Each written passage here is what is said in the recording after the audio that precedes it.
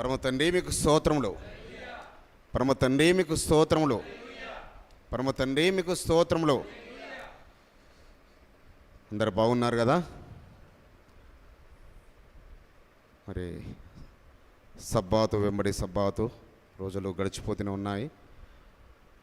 Next month మనము పండుగల మాసంలోకి అతి సమీపంగా వస్తున్నాము. మరి పండుగలకు సిద్ధపాటు కలిగి ఉన్నారు కదా అందరము.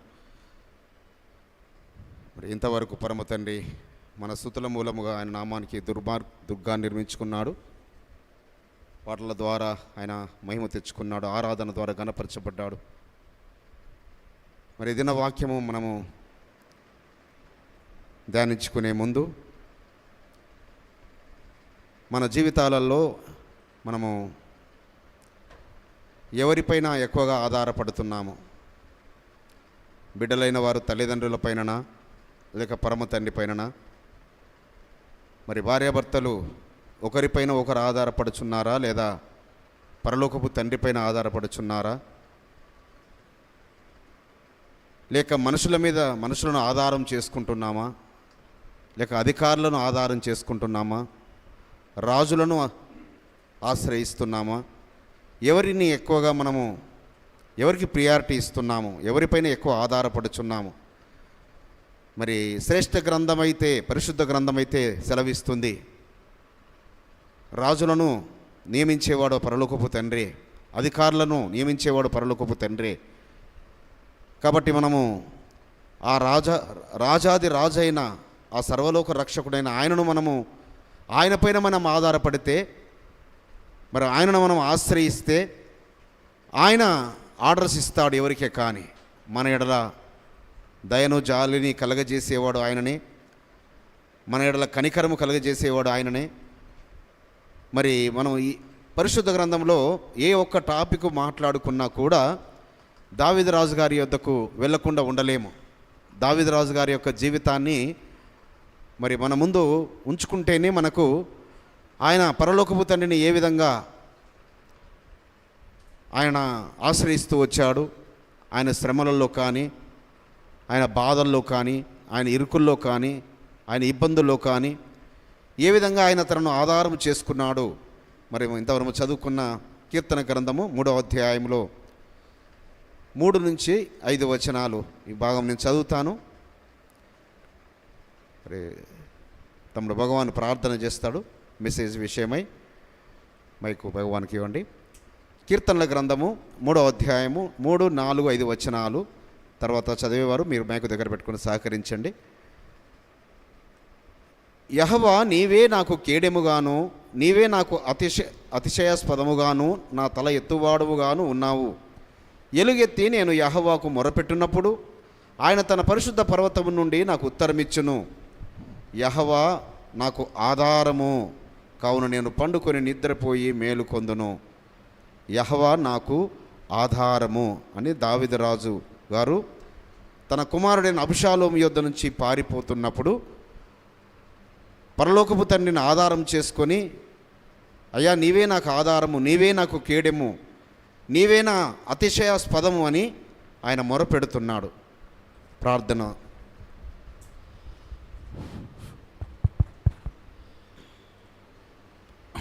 అందరికీ సబ్బాత్ షలోం. ప్రార్థన చేసుకుందాం కళ్ళు మూసుకున్నట్లయితే. పరిశుద్ధుడా పరమ తండ్రి గొప్ప రాజా, సర్లో సృష్టికర్త, మీకు స్తుతులు స్తోత్రాలు వందనాలు చెల్లించుకుంటున్నాం రాజా.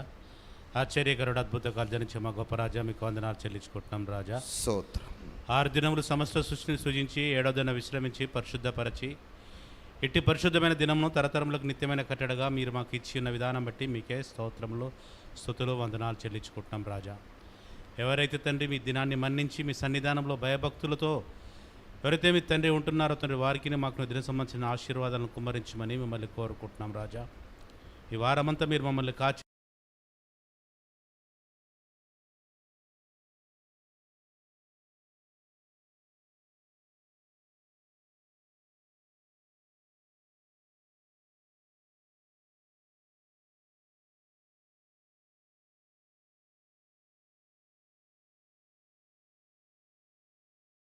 తండ్రి లేఖపట్నం ఉంది కానీ తండ్రి ఓ గొప్ప రాజు పరిస్థితిని ఆరాధన ఎందుతారు మీరు మా మధ్యలో ఉండి తండ్రి స్తోత్రం. మీరు మాకు ఆశీర్వాదాలు కుమరించిన విధానం బట్టి మీకే స్తోత్రం స్తుతులు చెల్లించుకుంటున్నాం రాజా.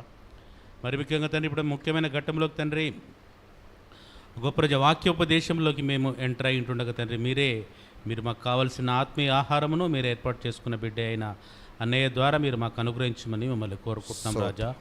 ఒక గొప్ప రాజా పరిస్థితి పర్వ తండ్రి చెబుతుండగా తండ్రి మేము ఒక చెవి నుండి విని ఇంకొక చెవి నుండి విడిచిపెట్టే వారిగా కాకుండా వాటిని అనుసరించి నడిచే విధంగా మీరే మాకు మంచి మనసులను దయచేయమని మిమ్మల్ని కోరుకుంటున్నాం రాజా.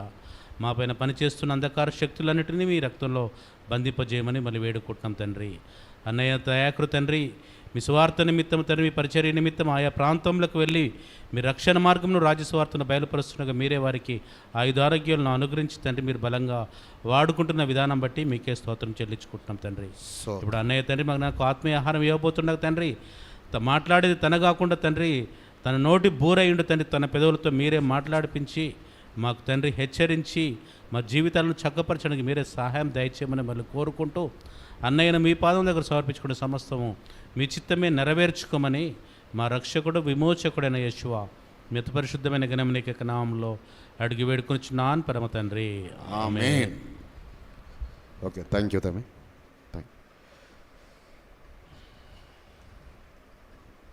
సో ఇక్కడ దావీదు రాజు గారు మరి తన కుమారుని నుంచి మరి ఎలాంటి వ్యక్తులు ఆయన యొద్ద మేలు పొందుకున్నవారు, ఆయనకు ప్రాణ స్నేహితులుగా ఉన్నవారు, ఆయన బల్ల మీద భోజనం చేసిన వారు, ఆయన పైన తిరుగుబాటు చేసి మరి ఆయన ఇబ్బందుల పాలు చేయడానికి కొరకు తన కుమారుని పక్షమున చేరి మరి హెబ్రోనులో అబ్షాలోము రాజుగా తనను తాను ప్రకటించుకుంటున్నప్పుడు యెరూషలేములో నుండి దావీదు రాజు గారు పారిపోతూ అరణ్యంలో పారిపోతూ అప్పుడు అంటున్నాడు ఆయన, అయ్యా నీవే నాకు కేడేము, నా అతిశయాస్పదము నీవే.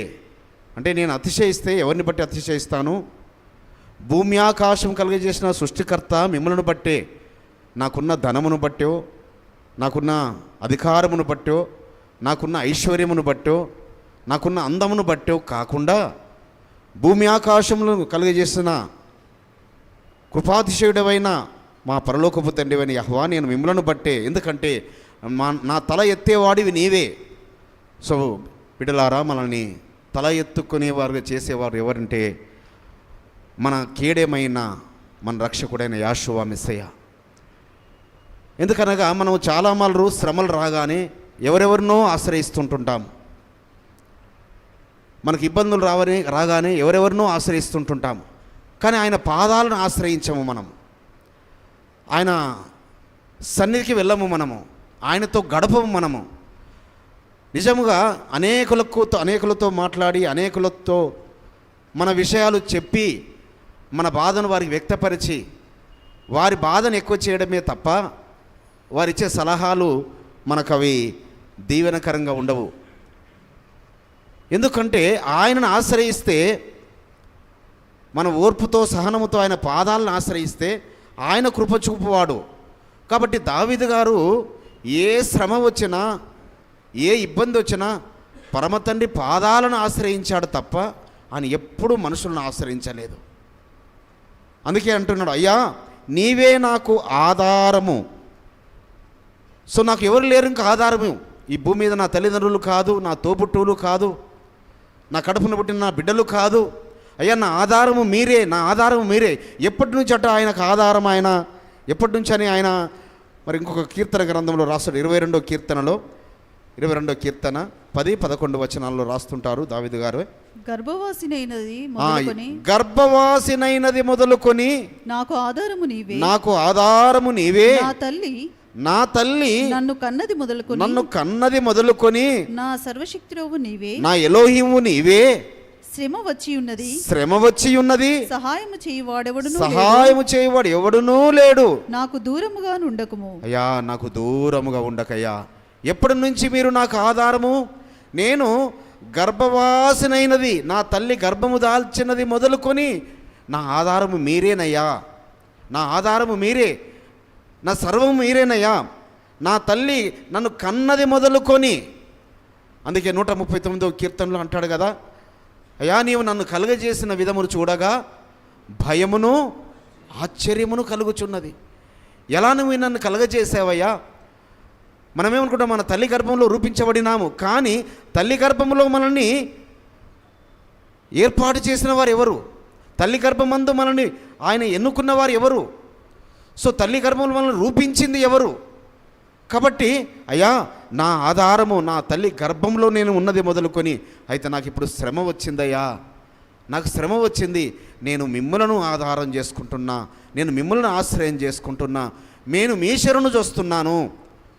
సో నేను మీ శరణు ఎందుకనగా భూమి ఆకాశము కలుగజేసిన సృష్టికర్తను ఆశ్రయిస్తే మన శ్రమల నుంచి విడుదల కలుగుతుంది. బిడ్డలారా, మనల్ని కలుగజేసిన మన రక్షకుని, ఎందుకంటే మనల్ని కన్న తల్లిదండ్రులు మనతో కొంతకాలమే ఉంటారు. మన కన్నక తల్లిదండ్రులు కొత్తగా పెళ్ళైన వారు ఏం చేస్తుంటారు, చిన్న ఇంట్లో ఇబ్బంది రాగానే వాళ్ళ తల్లికి ఫోన్లు చేస్తుంటారు.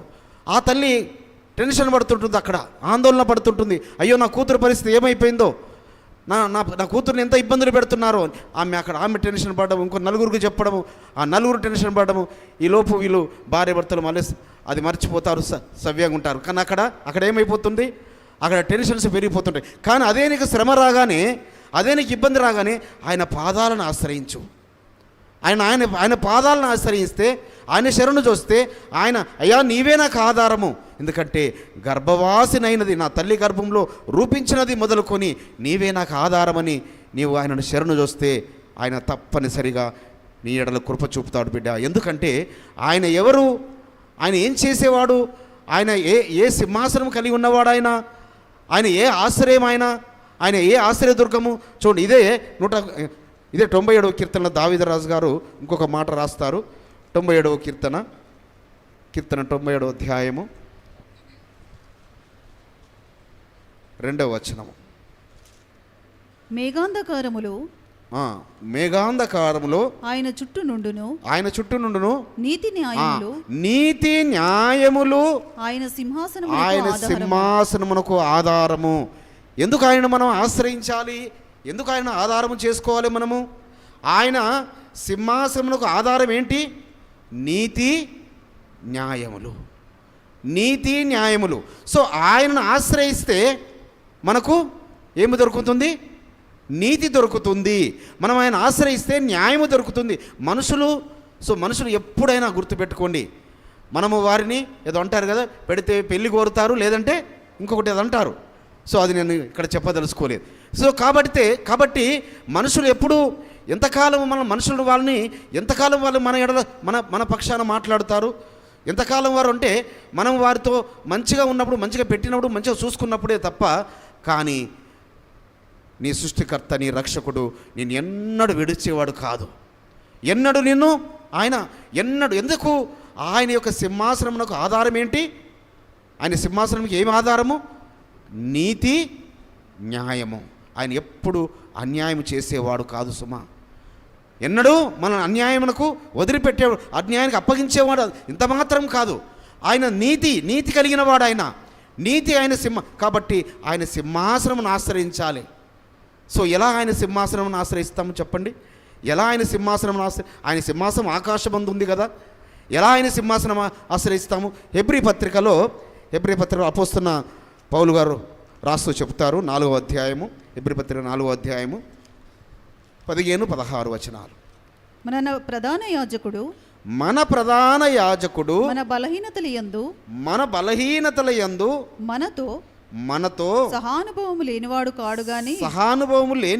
కాడు గాని సమస్త విషయములలోను మనవలనే శోధింపబడినను ఆయన పాపము లేనివాడుగా ఉండెను. ఏమంటున్నాడు ఇక్కడ అపోస్తలుడు పౌలు గారు? ఎంత చక్కగా రాస్తారంటే, అయ్యా మన ప్రధాన యాజకుడైన, మన మెస్సయ్య అయినా, మన కొరకు బలియాగమైన, మన కొరకు ప్రాణం పెట్టిన, మన కొరకు రక్తం కార్చిన మన ప్రధాన యాజకుడు మన బలహీనతలలో ఆయన కూడా అనుభవం కలిగినవాడు సుమా. ఆయన ఇంకేమంటాడంటే ఇక్కడ మరి ఇంకొక గ్రంథంలో సహానుభవం లేనివాడు అనే దాని దగ్గర సానుభూతి గలవాడు. ఆయన మన మీద సానుభూతి చూపనివాడు కాదు సుమా, అనుకోవద్దు మీరు. మన మీద ఆయన సానుభూతి చూపేవాడు. ఎందుకంటే ఆయన శ్రమల గుండా వెళ్ళాడు, ఆయన ఆయన ఇబ్బందుల గుండా వెళ్ళాడు, ఆయన బాధల గుండా వెళ్ళాడు, అవన్నీ అనుభవించాడు. ఈ భూమి శరీరధారిగా ఉండి అవన్నీ ఆ అనుభవపూర్వకంగా ఆయన వాటిని అనుభవించాడు. కాబట్టి మన మీద ఆయన సానుభూతి కలిగినవాడు. కాబట్టి సమస్త విషయంలో మన వలనే ఆయన శోధింపబడ్డాడు, కానీ ఆయన పాపము లేనివాడుగా పవిత్రుడుగా ఉన్నాడు. ఆయన శోధించబడి ఆయన పాపము లేనివాడుగా ఉన్నాడు. మనము శోధించబడుతుంటాము చాలా మలరు అనేక రీతులుగా మనం శోధించబడుతుంటాం. ఆ శోధనల్లో మనము పాపము లేని వారముగా పవిత్రులముగా మనము కాపాడుకుంటే, మనం పవిత్రులముగా మనం పరిశుద్ధులముగా మన ఘటమును ఆ పాపములో పడకుండా మనము కాపాడుకుంటే తప్పనిసరిగా ఆయన మనకు ఆధారంగా ఉంటాడు సుమా. ఎందుకు? ఆయన అన్ని విషయాలు మనకు మాదిరి చూపించాడు కదా. ప్రతి విషయంలో ఆయన మనకు మాదిరి చూపించాడు. ఆయన పగలంతా వెలుగు సంబంధి వలె సువార్త చాటేవాడు, రాత్రులంతా ఏం చేసేవాడు చెప్పండి? రాత్రులంతా కన్నీటి ప్రార్థన. సో దేని గురించి ఆయన కన్నీటి ప్రార్థన, దేని గురించి ఆయన చేశాడు? సో మనకు అనుభవపూర్వకంగా మనకు అన్ని విషయాల్లో మాదిరి చూపించడానికి, అన్ని విషయాల్లో మనకు మార్గదర్శిగా మనకు అదేవిధంగా దావీదు రాజు గారు కూడా అంతే. దావీదు రాజు గారు కూడా ఆయన ఎందుకంటే ఎప్పుడు మేల్కొనేవాడట? ఆయన అర్ధరాత్రి లేచి ఆయనకు కృతజ్ఞతాస్తులు చెల్లించడానికి కొరకు, అయ్యా అర్ధరాత్రి, ఎందుకంటే అంటాడు 119 కీర్తనలో, నా శ్రమలలో నీ ధర్మశాస్త్రమే గనక నాకు సంతోషం ఇవ్వకుంటే నేను నశించిపోయేవాడిని, ఎప్పుడో నేను నాశనం అయిపోయేవాడిని. కాబట్టి ఏది మనకు ఆయన ఆధారము? సో మనము ఆయన పాదాలు ఆశ్రయించడం మనకు ఆధారము, ఆయన కృపాసనము. అదే చెప్తున్నాడు ఇక్కడ అపొస్తలుడైన పౌలు గారు. గనుక మనము 16వ వచనము, గనుక మనము కనికరింపబడి సమయోచితమైన సహాయము కొరకు కృప పొందునట్లు ధైర్యముతో కృపాసనము యొద్దకు చేరుదము. సో మనము కనికరింపబడాలి అనంటే, మనము ఆయన కనికరించబడాలంటే సమయోచితమైన సహాయము కొరకు, సమయోచితమైన అంటే సమయాన్ని బట్టి, సందర్భాన్ని బట్టి, ప్రతి స్థితిగతులను బట్టి ఏ సమయంలో మనం ఆ శ్రమల నుంచి బయటపడాలో, ఏ శ్రమలలో మనము తప్పించుకోవాలో ఆయననే మనకు ఒక సమయోచితమైన సహాయం చేసేవాడు. ఆ బాధల నుంచి మనల్ని, ఆ ఇరుకుల నుంచి విడిపించేవాడు. ఎప్పుడన్నగా మనము ఆయన కృపాసనము యొద్దకు వెళితే, ఆయన కృప అనే ఆ యొక్క సింహాసనము ఎద్దుకు. ఎందుకు ఆయన సింహాసనము? నీతి న్యాయమునకు అవి ఆధారములవి, నీతి న్యాయము. సో ఆయన ఎప్పుడు ఎన్నడూ కానీ మనల్ని అన్యాయానికి అప్పగించాడు సుమా. కొన్ని మార్లు మనము అన్యాయం అవుతున్నట్టుగా కనబడుతుంటుంటుంది. సో అన్యాయస్తులు మన మీద పై చేయి చూపిస్తున్నట్టుగా అనిపిస్తుంటుంటుంది, అన్యాయస్తులు మన మీద మనల్ని డామినేట్ చేస్తున్నట్టు కనబడుతుంది. కానీ వారు ఎలా కనబడతారో అలా మరుగైపోతారు. వారిని మనం వెతుకుదామన్నా కనబడరు. సో ఎందుకంటే మనం ఆశ్రయించిన ఆ ఆశ్రయ, అందుకే ఒక పాట ఉంది, ఆశ్రయంబునొసగుమయ్య ఆలోచనకర్త దిక్కు నాకు నీవేనయ్యా యాషువా ను నమ్మి ఉన్నానయా దిక్కు నాకు నీవేనయ్యా యాషువా నిన్ను నమ్మి ఉన్నానయా ఆశ్రయంబు నొసగుమయ్య ఆలోచనకర్త దిక్కు నాకు నీవేనయ్యా యాషువా నిన్ను నమ్మి ఉన్నానయా నీవే సత్య మార్గమని నీవే నిత్య జీవమని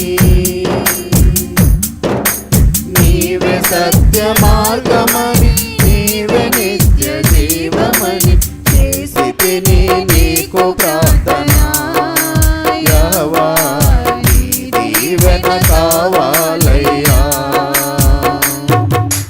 చేసితిని నీకు ప్రార్థన యెహోవా నీ దీవెన కావాలయ్యా నొసగుమయ్యా ఆలోచనకర్త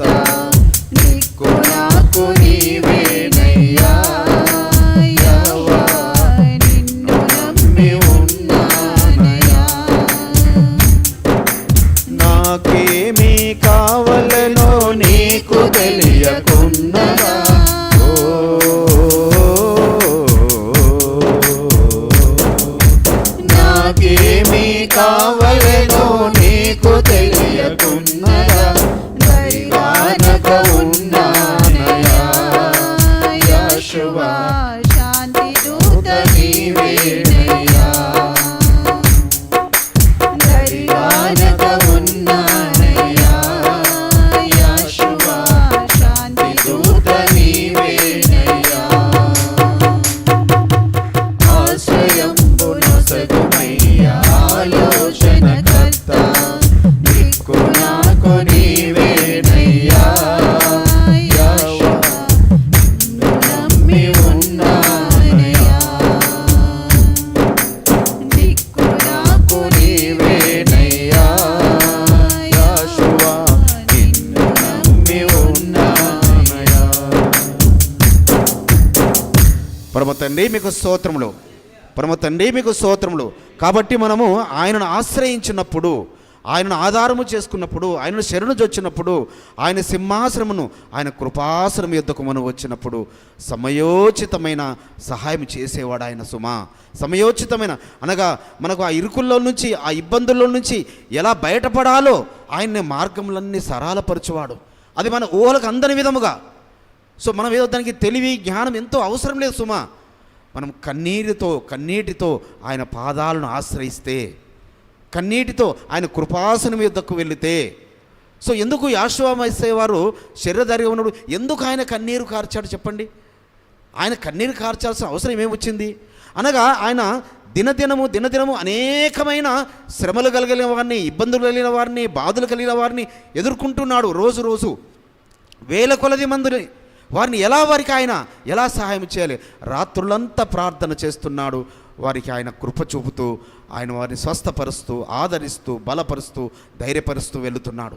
అనేకుల జీవితాలలో వెలుగులు నింపాడు ఆయన, అనేకుల జీవితాల్లో. కాబట్టి మన జీవితాల్లో కూడా వెలుగులు నింపబడాలంటే పరిశుద్ధులారా ఆయనని ఆధారము చేసుకోవాలి. మనుషులు ఎంత మాత్రము కాదు, చాలామంది అధికారులను ఆధారం చేసుకుంటుంటారు, చాలామంది మరి మనుషులను ఆధారం చేసుకుంటారు, మనుషులను పొగుడుతూ ఉంటుంటారు, మనుషులను చాలా గొప్ప చేస్తూ ఉంటుంటారు, మనుషుల నుంచి ఏదో లాభం పొందుకోవాలని.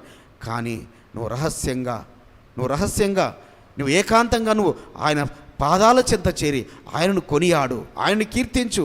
అయ్యా నా శ్రమలలో నిన్ను స్తుతిస్తున్నాను, నా బాధలలో నిన్ను స్తుతిస్తున్నాను. చేయగలమా ఆ పని? మనము శ్రమలలో ఆయనను స్తుతించగలమా?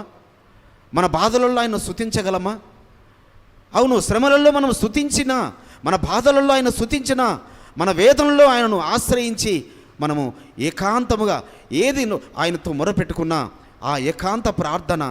అందుకే ఏకాంతంగా యాషువా మోసేవారు మహారోదనముతో చేశారట. మహారోదనముతో ఎక్కడికి వెళ్ళి ఆ గెత్సేమనే తోటకు వెళ్ళి ఏకాంతముగా రాత్రులంతా. సో మరి అక్కడ ఎవరు ఉండేవారు కాదు, కానీ పరలోకపు తండ్రికి వినబడినట్లుగా ఆయన ప్రార్థన ఉండేది. మరి తిమోతి పత్రికలో వస్తున్న పౌలు గారు ఒక మాట రాస్తారు. మొదటి తిమోతి పత్రిక 3వ అధ్యాయము 14-15 వచనాలు.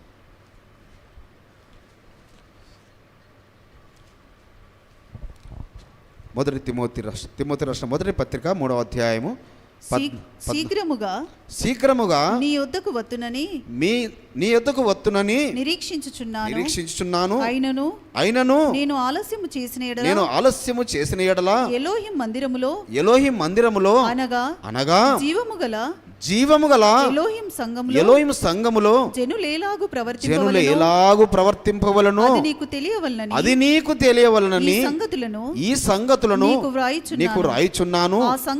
ఆ సంఘము సత్యమునకు స్తంభమును ఆధారమునై ఉన్నది. అక్కడ మరి తిమోతి గారికి సంఘ అభివృద్ధి గురించి, సంఘ నాయకుల గురించి, సంఘ పెద్దల గురించి ఆయన సూచనలు ఇస్తున్నాడు. అయ్యా తిమోతి, ఓ యవనుడా, ఓ నా కుమారుడా, నువ్వు ప్రతి పట్టణానికి వెళ్ళి యోగ్యులని ఎవరని ఎంచుతావో, ఎవరినైతే అధ్యక్షులుగా నీవు ఒక సంఘ పెద్దలుగా నువ్వు నియమిస్తావో వారికి ఏమేమి క్వాలిటీస్ ఉండాలో ఆ 3వ అధ్యాయంలో అన్ని ఆ క్వాలిటీస్ అన్ని చెబుతూ, సో నీవు నియమించి నువ్వు ఏర్పాటు చేయి, నేను శీఘ్రంగా వస్తాను, నేను వచ్చినప్పుడు నేను పరీక్షిస్తాను, నేను వచ్చినప్పుడు ఆ సంగతులను చూసుకుంటాను. అయితే నువ్వు దేన్ని ఆధారం చేసుకోవాలి? ప్రతి సంఘంలో నువ్వు నియమించేవాడిని దేనికి ఆధారం చేసుకోవాలి? సత్యమునకు స్తంభముగా ఉండాలి ఆ సంఘము. ఆ సంఘము దేనికి స్తంభంగా ఉండి, దేనికి ఒక పిల్లరుగా ఉండాలి? సత్యాన్ని ఆచరించే సంఘముగా. అసత్యాన్ని కలిగి ఉండేవారు కాదు, అబద్ధికులు అందరూ ఉండకూడదు. సో అందులో ఆ అధ్యక్షులయ్యేవారు వాళ్ళు ఏకపత్ని పురుషుడై ఉండాలి. వారి మాట అవునంటే అవును ఉంటే కాదంటే కాదుగా ఉండాలి. వారి ఇంటిని ఏలువారై ఉండాలి. వారు సంఘం బయట లోపల సంఘం లోపల వారు మంచి సాక్ష్యం కలిగి ఉండాలి. అలాంటి పెద్దలను ఏర్పాటు చేయి తిమోతి. సో ఒక సంఘ పెద్దకు ఎలాంటి గుణగణాలు కలిగి ఉండాలో, సో ఆ సంఘము ఎలాంటి సంఘమై ఉండాలి? అది జీవించే సంఘము, సాక్ష్యం ఇచ్చే సంఘము. అది సత్యమునకు ఒక బలమైన పిల్లర్గా ఒక స్తంభంగా ఉండే సంఘముగా ఉండాలంటే ఆ సంఘములో ఉన్న సంఘ బిడ్డలు, ఆ సంఘములో ఉన్న సంఘ పెద్దలు ఎలాంటి వారిని నువ్వు ఏర్పాటు చేయాలి? నేను మళ్ళీ వచ్చినప్పుడు నేను పరీక్షిస్తాను, నేను శీఘ్రంగా వస్తాను, ఆలస్యం అవుతుందని అనుకోవద్దు. నువ్వు సంఘాలను ఇలా నియమిస్తూ సంఘ పెద్దలు నియమిస్తూ నువ్వు నీ పని చేస్తూ వెళుతుండు. అయితే ఆ సంఘానికి ఏంటి? సత్యము ఒక పిల్లర్గా ఉండాలి. మరి ఆ సంఘానికి ఇంకేముండాలంటే అక్కడ సత్యమునకు స్తంభమును ఆధారమై ఉండాలి. అది ఆ సంఘానికి మరి ఒక స్తంభములాగా సత్యం అనేది ఆధారంగా ఉండాలి. సో సత్య సంబంధికులుగా ఉండాలి. సత్య సంబంధికులని నువ్వు ఎన్నిక చేయాలి. చూడండి, పైన చాలా వాళ్ళకు క్వాలిటీస్ చెప్తాడు అన్నట్టు. వాళ్ళు మద్యపాని ఉండకూడదు, వాళ్ళ మద్యపానం చేయకూడదు, వాళ్ళు అతిథి ప్రియులుగా ఉండాలి, వారు మితానుభవులుగా ఉండాలి, వారు ఏకపత్ని పురుషులుగా ఉండాలి, వారు సాత్వికులుగా ఉండాలి, వారు జగడం ఆడని వారుగా వాళ్ళు ఉండాలి, ధనాపేక్ష లేని వారై ఉండాలి, సంపూర్ణ మాన్యత కలిగి పిల్లలను స్వాధీనపరుచుకొనొచ్చు, తన ఇంటి వారిని బావుగా ఏలువారై ఉండాలి. ఇలాంటి వారిని సంఘ పెద్దలుగా నువ్వు నియమించు. ఇలాంటి వారిని సో వారు ఎందుకంటే వారు సత్య సంబంధులు సుమ, సత్యానికి వాళ్ళు ఒక సాక్షులు సుమ, సత్యానికి వాళ్ళు పిల్లర్స్ లాంటి వారు. ఒక సంఘానికి ఒక ఇల్లుకు పిల్లర్స్ ఉంటే బాగుంటేనే కదా ఆ ఇల్లు చక్కగా నిలబడుతుంది. కాబట్టి సంఘ పెద్దలు అనేవారు ఎలాంటి వారు? వాళ్ళు ఒక పిల్లర్స్ లాంటి వారు. సో ఆ పిల్లర్స్ లాంటి వారిని జాగ్రత్తగా నువ్వు ప్రార్థన పూర్వకంగా, వారు సత్య సంబంధికులుగా, వారు ఆధారం వారి సంఘానికి.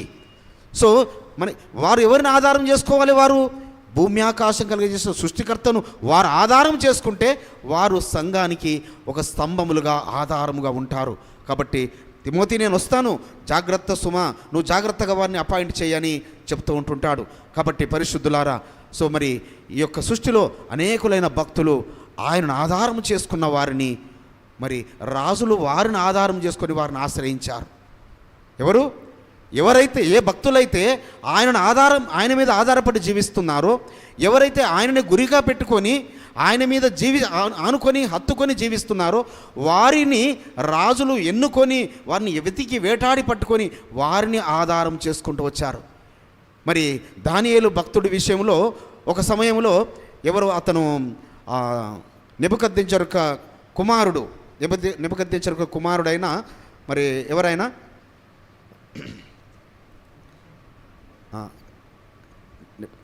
దానియేలు గ్రంథము 5వ అధ్యాయంలో బెల్షస్సరు అనే రాజు, బెల్షస్సరు 5వ అధ్యాయం, దానియేలు గ్రంథము 5వ అధ్యాయము 11వ వచనంలో,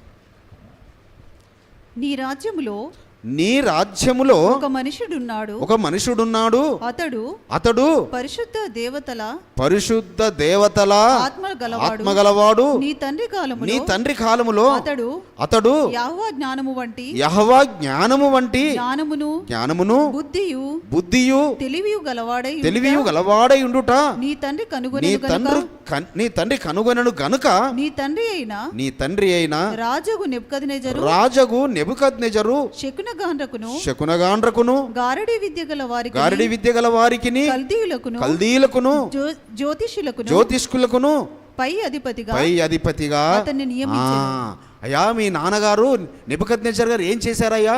ఒక యవనస్తుని, ఈ రాజ్యంలో ఒక యవనస్తుడు ఉన్నాడు, అతను పరిశుద్ధ దేవతల ఆత్మ కలిగిన వాడు. అతను మరి ఎలాంటి వాడు అనగా ఆయన మరి దైవ జ్ఞానము, ఆ పరలోకపు తండ్రి జ్ఞానమును బుద్ధియు తెలివి గలవాడై ఉంటుట నీ తండ్రి కనుగొని ఈ రాజ్యం అంతటిలో, ఈ బబులోను దేశం అంతటిలో అందరిపైన ఆయనను అధికారిగా నియమించాడు. చూడండి, అంటే దానియేలు గారు ఎవరిని ఆధారం చేసుకొని జీవిస్తున్నాడు? భూమి ఆకాశం కలిగజేసిన సృష్టికర్తను ఆధారం చేసుకొని ఆయన జీవిస్తున్నాడు. కాబట్టి ఆయన ఆధారం ఎవరు చేసుకున్నారు? ఆ యొక్క నెబుకద్నెజర్ రాజు. ఆ నెబుకద్నెజర్ రాజుకు మరి కల వచ్చింది, కల మర్చిపోయాడు, కల భావమును మర్చిపోయాడు. సో ఆయనకు శ్రమలు వచ్చినాయి, ఆయన ఒక కలగన్నాడు. ఒక భయంకరమైన కలగన్నాడు. ఒక పెద్ద మహావృక్షము, ఆ వృక్షం మీద చాలా జాతి పక్షులు ఉన్నాయి, ఆ మొద్దును నరికివేశారు, ఆ చెట్టును నరికివేశారు అని ఆ కల కనినప్పుడు ఆయన ఆందోళన చెందాడు. మళ్ళీ దానియేలు గారిని ఆశ్రయించి, అయ్యా ఏంటి ఈ కల భావమును, నీవు పరిశుద్ధ దేవతల ఆత్మ కలిగిన వాడివి, నిన్ను ఏది కూడా నిన్ను భయపెట్టదు, నిన్ను ఏది కూడా ఆందోళన కలిగించదు, దానియేలు చెప్పు అని దానియేలు పాదాలను ఆశ్రయించాడు. చూడండి, దానియేలు గారు పరలోకపు తండ్రిని ఆధారము చేసుకొని ఆయన ఆశ్రయించి బ్రతుకుతున్నాడు. ఆయన పరిశుద్ధ ఆత్మ కలిగి ఆ పరిశుద్ధుడుగా తను జీవిస్తూ తన ఘటాన్ని పవిత్రంగా కాపాడుకుంటూ దినదినము ప్రార్థన. మరి ఈ మధ్య కాలంలో ఆయన పేరు చెప్పను, నేను మీరు ఊహించుకోకండి, ఆయన పేరు చెప్పను. కానీ అంటే ఈ లోకములో కొందరు భక్తులైన వారిని చూస్తుంటే చాలా ఆశ్చర్యం వేస్తుంటుండేది. భక్తులైన వారు నిజంగా భూమి మీద ఉన్న భక్తులు శ్రేష్టమైన గ్రంథంలో రాయబడింది కదా. ఎవరు శ్రేష్ఠులు అనగా ఈ భూమి మీద ఉన్న భక్తులే శ్రేష్ఠులు. సో ఆయన మరి ఒక హైకోర్టు లాయరు. హైకోర్టు లాయర్, మన లాయర్ అంటే ఏమనుకుంటాం మనము, చాలా తిమ్మిని బమ్మి చేస్తారు, అబద్ధాలు మాట్లాడతారు, వాళ్ళ కోర్టులలో ఏదన్నా చేసి వాళ్ళు వాదనలు చేస్తారని అనుకుంటాం. అదే కదా లాయర్ అంటేనే మన యొక్క ఆలోచన విధానం ఆ విధంగా ఉంటుంది. కనుక ఆయన హైకోర్టు లాయరు. ఆయన గత 29 ఇయర్స్ నుంచి 29 సంవత్సరాల నుంచి, అంటే ఆయన మ్యారేజ్ అయ్యి 27 ఇయర్స్ అయిందంట. అంటే మ్యారేజ్ కాకమునుపు నుంచే 29 ఇయర్స్ నుంచి ఆయన యొక్క వ్యక్తిగత జీవితం గురించి చెప్పుకుంటూ వచ్చాడన్నట్టు. ఏంటంటే ఆయన ప్రతిరోజు ఆయన చాలా హైకోర్టులో మంచి ఫేమస్ లాయరు. ఆయన ఎంతో బిజీ ఉన్నా ఆయన నైటు 9-9:30కి పడుకుంటారట. డైలీ 9-9:30కి. మహా పొరపాటున ఎప్పుడైనా లేట్ అవుతే 10 అంట అది. కానీ మార్నింగ్ ఎప్పుడు లేస్తారట, ఊహించండి, మార్నింగ్ ఎప్పుడు లేస్తారట 3:30 మార్నింగ్, ఎవ్రీడే 3:30.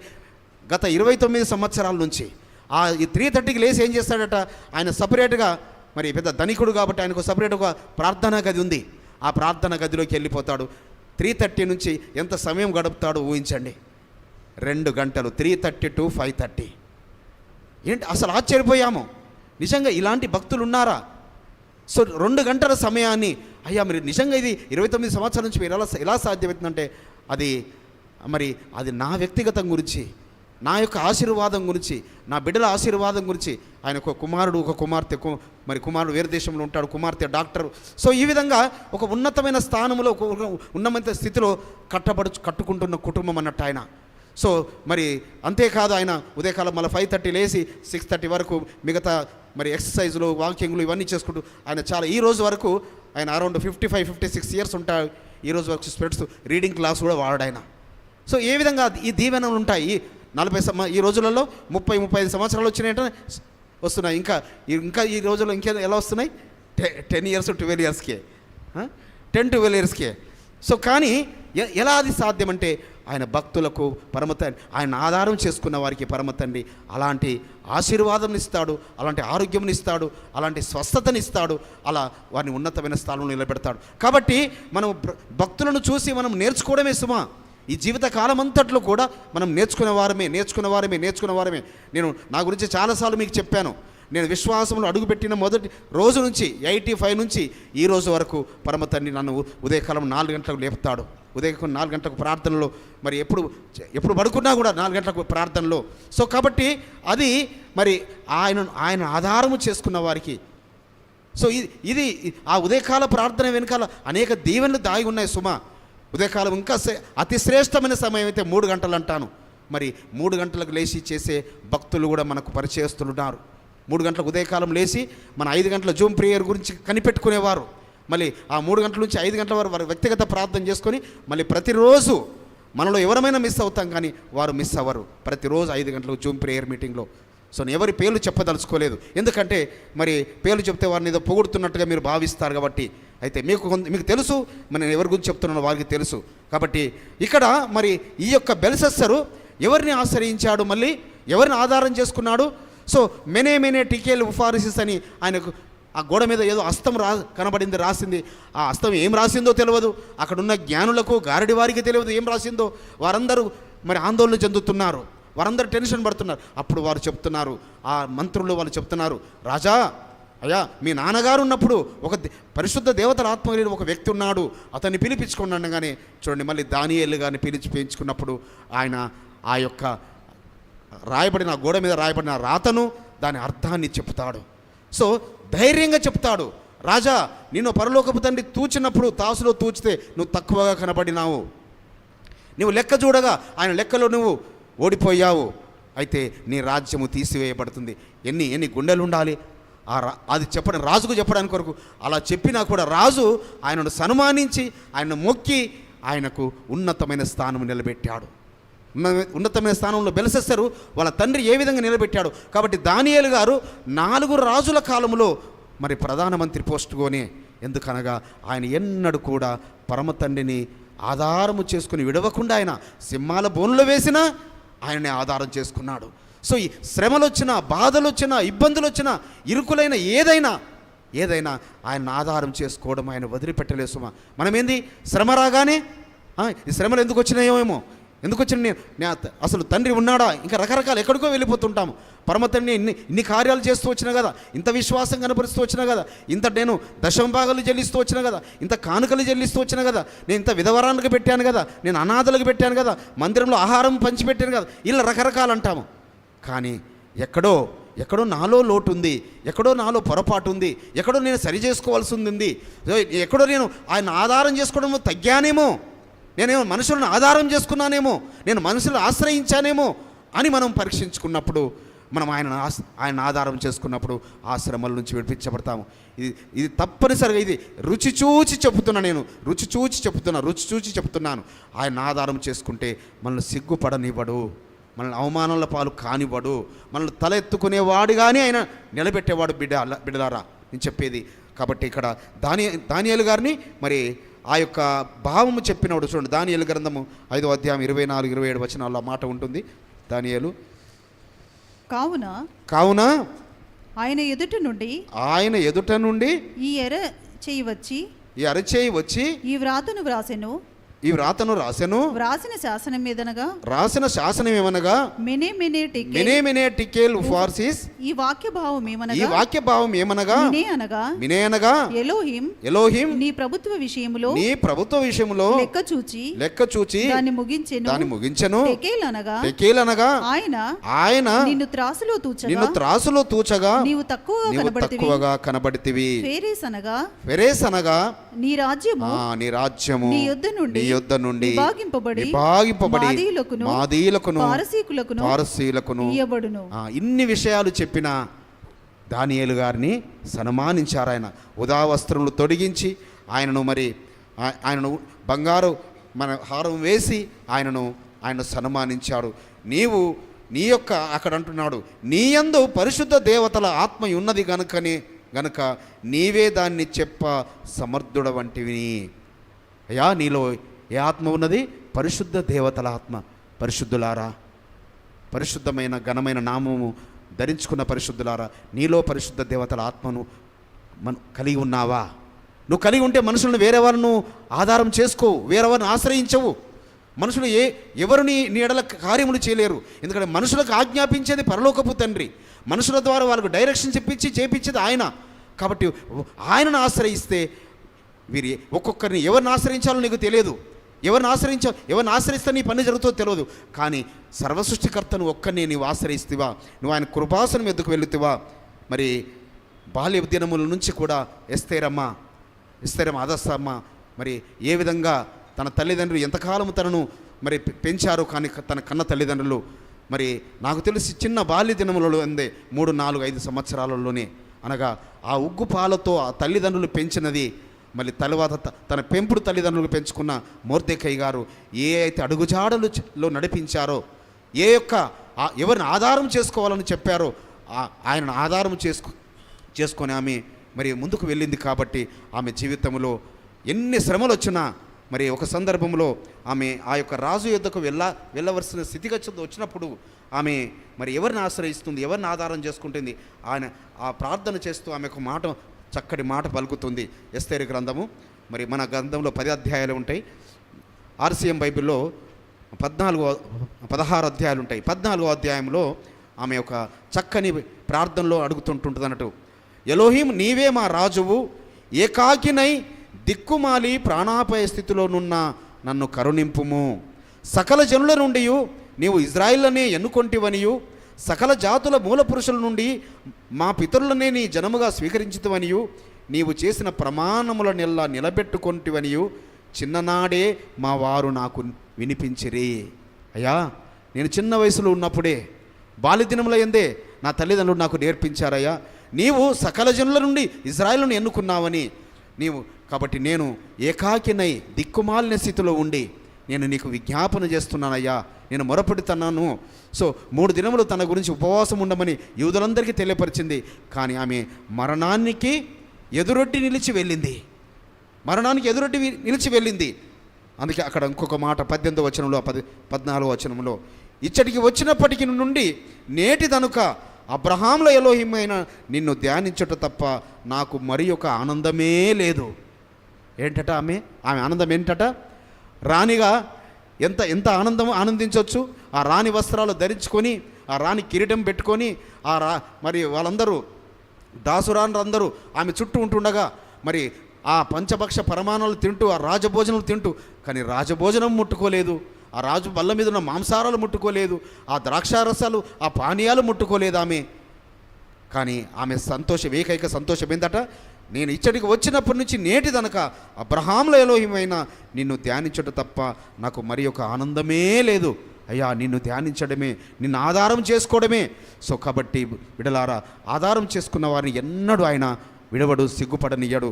మరి యోసేపు గారు ఏ విధంగా ఆ ఉన్నతమైన స్థానానికి ఎదిగాడు అంటే, మరి లేయమ్మ గర్భంలోనేమో మరి 6 కుమారులు, 1 కుమార్తె జన్మిస్తే రాహేలమ్మకు మరి 2 కుమారులే.